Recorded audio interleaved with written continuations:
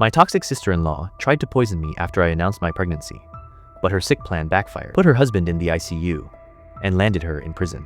For the past 6 years, my sister-in-law made it her absolute life's mission to destroy my relationship with her brother. I endured her passive-aggressive insults, her attempts to ruin my wedding, and her endless, exhausting manipulation. I tried to be the bigger person for the sake of the family. But when my husband and I finally got pregnant, her jealousy reached a truly psychotic level. She planned to humiliate and physically harm me at a massive family gathering. Instead, her twisted, evil scheme backfired in the most spectacular, devastating way possible, sending her own husband to the hospital and landing her squarely behind bars. Grab a seat, because this is the full, unbelievable story of how my sister-in-law's pure malice destroyed her own life. I, 28F, have been married to my incredible husband, Liam, 30M, for 3 years. Liam is the love of my life, my rock, and my best friend. Our marriage would be absolute perfection if it weren't for the dark cloud that constantly hovers over us. His older sister, Chloe, 32F. When Liam and I first started dating, I genuinely wanted to be friends with Chloe. I tried everything to get on her good side. I bought her thoughtful gift, invited her out for coffee, and constantly asked about her life. But it didn't take long for her mask to slip. Chloe is, without exaggeration, the most poisonous, manipulative, and deeply insecure person I have ever met. You see, Chloe had this bizarre obsession with controlling Liam's life. When Liam was in high school, he briefly dated Chloe's best friend. They broke up because they were just kids, but Chloe never let it go. She decided that her brother belonged with her best friend, and anyone else was an intruder. When Liam introduced me to the family, Chloe's hostility was immediate. During family dinners, she would conveniently bring up Liam's ex-girlfriend. She'd say things like, "Oh Liam, I talked to Sarah today. She just got a huge promotion. She's doing so well. You guys really were the perfect power couple." She would say this while staring dead at me with a sickeningly sweet smile. Liam, being the amazing guy he is, would immediately shut it down, telling her it was disrespectful to me. But Chloe would just play the victim, bursting into fake tears and gasping, "I'm just making conversation. Why is she so insecure? I can't even talk about my friends in my own house." Her behavior only escalated. Since my Instagram account is public for my small baking business, she stalked my stories religiously. If a male customer left a harmless comment praising my cakes, Chloe would screenshot it and send it to Liam, warning him that I was acting single and embarrassing the family. We used to just laugh at her desperate attempts to cause a rift, but over time, her constant needling became exhausting. She even tried to convince Liam to break up with me when we decided to move in together, telling him that I was a gold digger and that I had too much baggage, despite the fact that I actually made more money than Liam at the time. The true extent of Chloe's narcissism showed when Liam proposed to me. We announced our engagement at his parents' house during Thanksgiving. While Liam's parents, my lovely in-laws, Mark and Susan, cheered and hugged us, Chloe completely froze. She literally dropped her fork, stood up, and stormed out the front door without saying a word. Later that night, she called Liam screaming and sobbing. She wasn't mad that he was engaged. She was furious that he hadn't asked for her permission first, and that she had to find out at the same time as everyone else. She felt she deserved a private dinner announcement because she was the most important woman in his life. The emotional incest was honestly terrifying.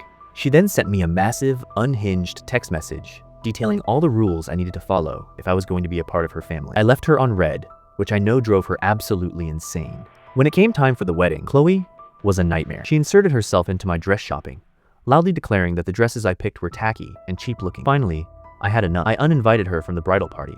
She threw a massive fit, but my mother-in-law actually had my back and told Chloe to grow up. But Chloe couldn't just let us have one happy day. On the day of our wedding, Chloe showed up wearing a floor-length, incredibly elaborate, pure white lace gown. She looked like a bride. It was the most pathetic cry for attention I had ever witnessed. When Liam saw her, he saw red. He marched right up to her in front of the entire cocktail hour, grabbed her by the arm, and told her she had 10 minutes to go home and change, or she would be escorted off the property by security. She started her usual crying routine, trying to play the victim to the other guests, but nobody was buying it. She left and didn't come back. I thought that would be the end of it. I was so wrong.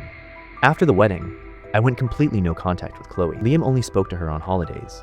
About 2 years ago, Chloe met a guy named Ethan. Ethan was a genuinely nice, soft-spoken guy who worked as an accountant. Honestly, none of us could figure out how a guy so sweet ended up with someone so toxic. But Chloe is a master manipulator. She can be incredibly charming when she wants to be, playing the damsel in distress. They got married, and for a short time, things seemed okay. We attended their wedding, and unlike her, I wore a respectful navy blue dress. But shortly after they got married, Chloe's life hit a rough patch. She and Ethan were struggling to conceive. As a woman, my heart genuinely broke for her. No matter how much I disliked her, I would never wish fertility struggles on anyone. Liam and I decided to extend an olive branch and try to be supportive. Unfortunately, Her hardships didn't humble her. They made her bitter. She constantly complained about Ethan, blaming him entirely for their inability to get pregnant, even though they hadn't even finished medical testing. She would show up at our house unannounced, drink our wine, and just vent for hours about how unfair her life was. She started projecting her insecurities onto me. She'd make snide remarks about my body, my career, and my marriage. The tipping point happened during a Sunday lunch. My mother-in-law was talking about a friend of hers who was going through a nasty divorce. Out of nowhere, Chloe slammed her glass down, pointed at Liam, and asked, "Did you guys sign a prenup? Because you really should have." The table went dead silent. Liam glared at her and said, "Excuse me?" Chloe smirked. "Well, you never know. People cheat. Emma goes to the gym awfully early in the mornings, and she's always on her phone. I'm just looking out for my brother." Liam absolutely erupted. I had never seen my husband so furious. He stood up, slammed his hands on the table, and absolutely dressed her down. He told her she was a miserable, deeply unhappy person who was projecting her own failing marriage onto ours. He told her she didn't deserve a child yet because she was too toxic to be a mother. It was harsh, but it was exactly what she needed to hear. Chloe burst into genuine tears, expecting Ethan to defend her. But Ethan just stared at his plate, looking completely defeated. Liam grabbed my hand and we walked out. After that lunch, we didn't speak to Chloe for almost a full year. 3 months ago, a miracle happened. After months of casually trying, I found out I was pregnant. Liam and I were over the moon. We had always dreamed of starting a family. We decided we were going to announce the big news at Liam's upcoming 30th birthday party. Liam's parents were hosting a huge backyard barbecue to celebrate his milestone birthday. All of our extended family, close friends, and neighbors were invited. Because it was a family event, Chloe and Ethan were naturally invited. When we arrived, I was incredibly anxious about seeing her. But to my utter shock, Chloe approached us with a wide, glowing smile. She hugged Liam tightly, and then, surprisingly, turned to me. She took my hands and looked me right in the eyes. "Emma, I am so sorry," she said, her voice trembling slightly. "I've been going to therapy for the last 6 months. I realize now how horribly I've treated you. I was just so jealous and insecure. You are a wonderful wife to my brother, and I want us to start over. Truly, I was skeptical, to say the least. But it was my husband's birthday, and I didn't want to cause a scene." I gave her a polite nod, thanked her for her words, and told her we could take things one step at a time. The party was beautiful. Liam's parents had set up gorgeous lights, a massive catered buffet, and a huge bar. Everyone was laughing and having a fantastic time. Then came the moment. Liam clinked his glass, standing next to me with his arm wrapped tightly around my waist. He gave a beautiful speech about how grateful he was for his life, his family, and his friends. Then, with a massive grin, he looked at the crowd. And I'm also incredibly grateful because next year, I'm going to be a dad. The backyard erupted into cheers. People were screaming, crying, and rushing over to hug us. My mother-in-law was weeping with joy. It was one of the most magical moments of my entire life. But out of the corner of my eye, I saw Chloe. She wasn't cheering. She was standing by the patio doors, completely rigid. Her face was pale, and her eyes were dark and completely void of emotion. She looked like she had just seen a ghost. After a few seconds, she turned on her heel and disappeared into the house. I tried to push it out of my mind. I figured her fertility struggles were making the news hard to process, so I decided to give her grace and leave her alone. About an hour later, everyone was settling down to eat. I was sitting at a picnic table, chatting with my parents, while Liam went to grab us some drinks. Suddenly, Chloe appeared beside me. Her demeanor had completely changed again. She was beaming, almost buzzing with hyperactive energy. "Emma, I am just so thrilled for you," she chirped loudly. "I wanted to do something special for you to celebrate.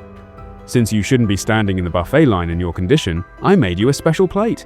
I even brought out some of Mum's expensive imported cheeses and the special spicy glazed chicken just for you." She set a heavily loaded plate down in front of me. Now, here is where things get important. I am severely allergic to a very specific type of mushroom shiitake. It's not just a mild stomachache, it's full-blown anaphylaxis. Chloe knows this. I've talked about it multiple times. I looked down at the plate. The chicken was completely covered in a thick, dark, chunky glaze.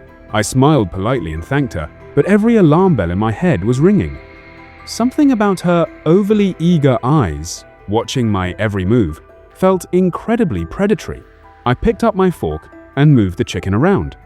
Underneath the heavy glaze, finely chopped and practically hidden, were what looked exactly like diced shiitake mushrooms. My heart started pounding. I didn't want to accuse her of trying to kill me in front of the whole family based on a hunch, but I absolutely was not going to eat it. "Thank you, Chloe," I said smoothly. "I'll dig in just a minute. I'm just waiting for Liam." She lingered for a moment, looking disappointed, but eventually turned away to talk to an aunt. As soon as she was out of earshot, Ethan, her husband, walked over. He looked exhausted and was sweating lightly from the summer heat. "Hey, Emma, congratulations again," Ethan smiled warmly. He looked down at the plate in front of me. "Man, that spicy glazed chicken looks incredible. They completely ran out of it at the buffet line." Without overthinking it, I pushed the plate toward him. "Honestly, Ethan, my stomach is feeling a little queasy from the pregnancy. I don't think I can stomach anything spicy right now. Please, have it. I'll go grab a plain salad later." Ethan's eyes lit up. "Are you sure? You're a lifesaver. I am starving." He picked up the plate, grabbed a fork, and took several massive bites of the chicken. He thanked me again and walked over to stand with some of his buddies near the grill.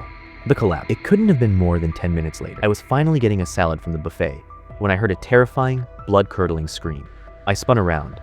The scream had come from Chloe. I looked toward the grill, and my stomach completely dropped. Ethan was on his knees in the grass. He was clawing at his throat, his face turning an awful shade of purple. He was violently gagging, his eyes wide with sheer panic. "He can't breathe! Somebody help him!" one of his friends yelled, dropping his beer. Total chaos erupted. Liam sprinted across the yard and caught Ethan just as he collapsed onto his side, convulsing. My mother-in-law was screaming for someone to call 911. My father-in-law, who knows CPR, dropped to his knees to check Ethan's airway. I stood frozen in absolute horror, but then I looked at Chloe. She wasn't just panicked, she looked absolutely, completely unhinged. She pushed her way through the crowd, dropped next to Ethan, and looked at the empty plate sitting in the grass near him. She whipped her head around and locked eyes with me. "Did he eat that plate? Did you give him your plate?"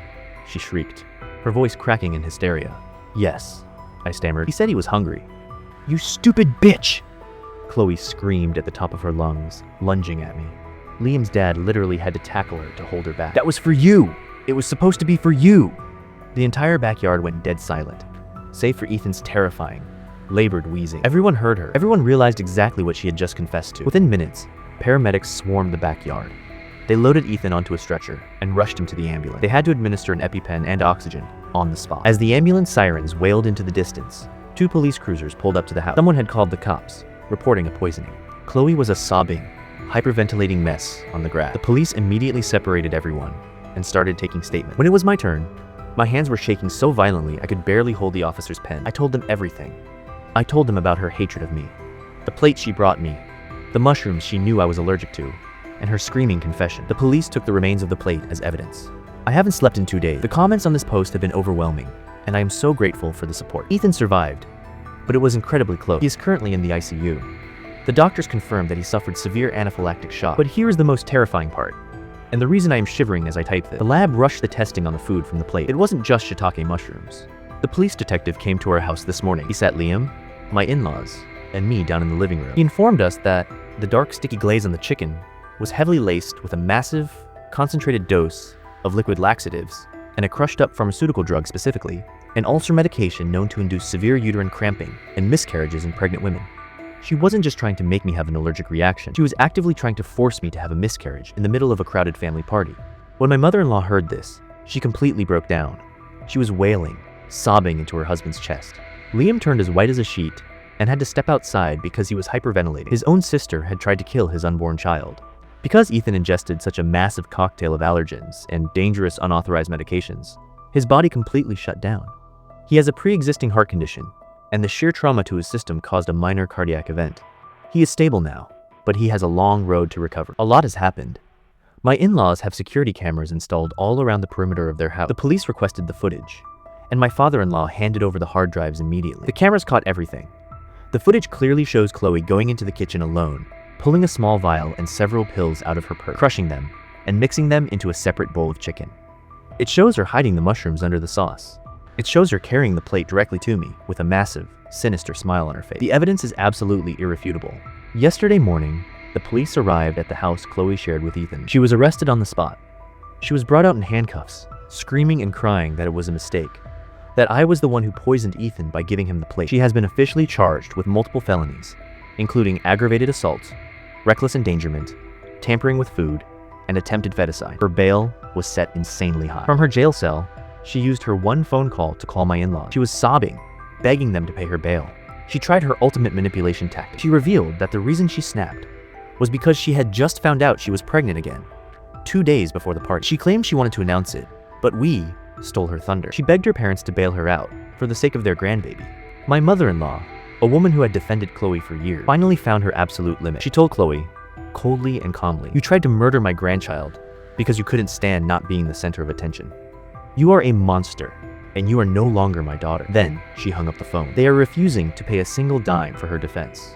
Things have settled down slightly, but the legal battle is just beginning. Ethan was finally discharged from the hospital and is recovering at his parents' house. Liam went to visit him last week. Ethan looks like a shell of his former self. He had absolutely no idea the depths of his wife's psychotic jealousy. When the police told him what was in the food he ate and who it was actually meant for, it completely broke him. Ethan has officially filed for divorce. He is completely cooperating with the prosecution and is pressing his own charges against her for the damages he sustained. He actually called me a few days ago. He sounded so weak, but he apologized to me over and over. He said he was so sorry for bringing such a toxic person into our lives. I started crying. I told him he had absolutely nothing to apologize for. I told him how guilty I felt for handing him that plate. If I had just thrown it in the trash, he would never have ended up in the ICU. Ethan stopped me right there. He said, "Emma, if you had eaten that plate, you and the baby might not be here right now. I am a grown man. I survived it. I would eat it 100 times over if it meant keeping you and your baby safe from her." That completely broke me. Ethan is a good man who got trapped in a nightmare. Liam and I have assured him that no matter what happens, he will always have a seat at our table and is always considered family. Chloe remains in jail awaiting trial. Her public defender tried to argue for a plea deal based on pregnancy hormones causing temporary insanity, but the prosecutor laughed in their face. The premeditation caught on camera completely destroyed any chance she had of claiming it was a split-second mistake. It has been a long, exhausting journey, but I finally have the closure I needed to write this final update. Last month was Chloe's official trial. I did not attend. My therapist strongly advised against it, as my due date was rapidly approaching, and I didn't need the severe stress of seeing her face. Liam and his parents attended every single day. According to Liam, Chloe was completely unrecognizable. The charm, the smugness, the manipulation, it was all gone. She just looked pathetic. She took the stand and actually admitted to everything. She cried to the judge, stating that she had been horribly jealous of me for years because I stole her brother. She admitted she wanted me to miscarry, so I would know the pain she felt during her own fertility struggle. She begged for leniency, claiming that she never intended for her husband to eat it, completely ignoring the fact that she was actively attempting to severely harm another human being. The judge was not moved by her tears. He called her actions calculated, vile, and devoid of basic human empathy. Chloe was found guilty on almost all charges. She was sentenced to 8 years in a state penitentiary. Because she is pregnant, she will give birth while incarcerated, and the child will immediately be placed into the custody of her ex-husband, Ethan, who finalized his divorce 2 months ago. Ethan has already stated he will move out of state with the child and plans to file a restraining order against Chloe upon her eventual release. She has lost literally everything: her husband, her freedom, her child, and her entire family. As for me, the ending of my story is much brighter. 3 weeks ago, surrounded by my amazing husband and the best in-laws in the world, I gave birth to a perfectly healthy, beautiful baby girl. Holding her in my arms for the first time completely washed away all the trauma and fear of the last year. Liam is the most incredible father. He looks at our daughter like she hung the moon. His parents come over constantly, doting on their granddaughter and helping us around the house. We have installed state-of-the-art security, and we have legally ensured that Chloe will never, ever be allowed near our child. We still see Ethan. He came to visit the baby a few days ago, bringing a giant stuffed bear. He looked healthier, happier, and finally at peace. He's going to be a great dad to his own child soon. It is terrifying to realize how dangerous jealousy can become. Chloe let her own insecurities rot her from the inside out until there was nothing left but malice. But standing in my nursery right now, watching my husband rock our baby girl to sleep, I know that love won in the end. We are safe, we are happy, and the toxic shadow that haunted our lives is finally gone forever. Thank you to everyone who read this, gave me advice, and supported me through the darkest time of my life. Stay safe out there, and trust your gut. Sometimes the most dangerous people are the ones sitting right across from you at the family dinner table.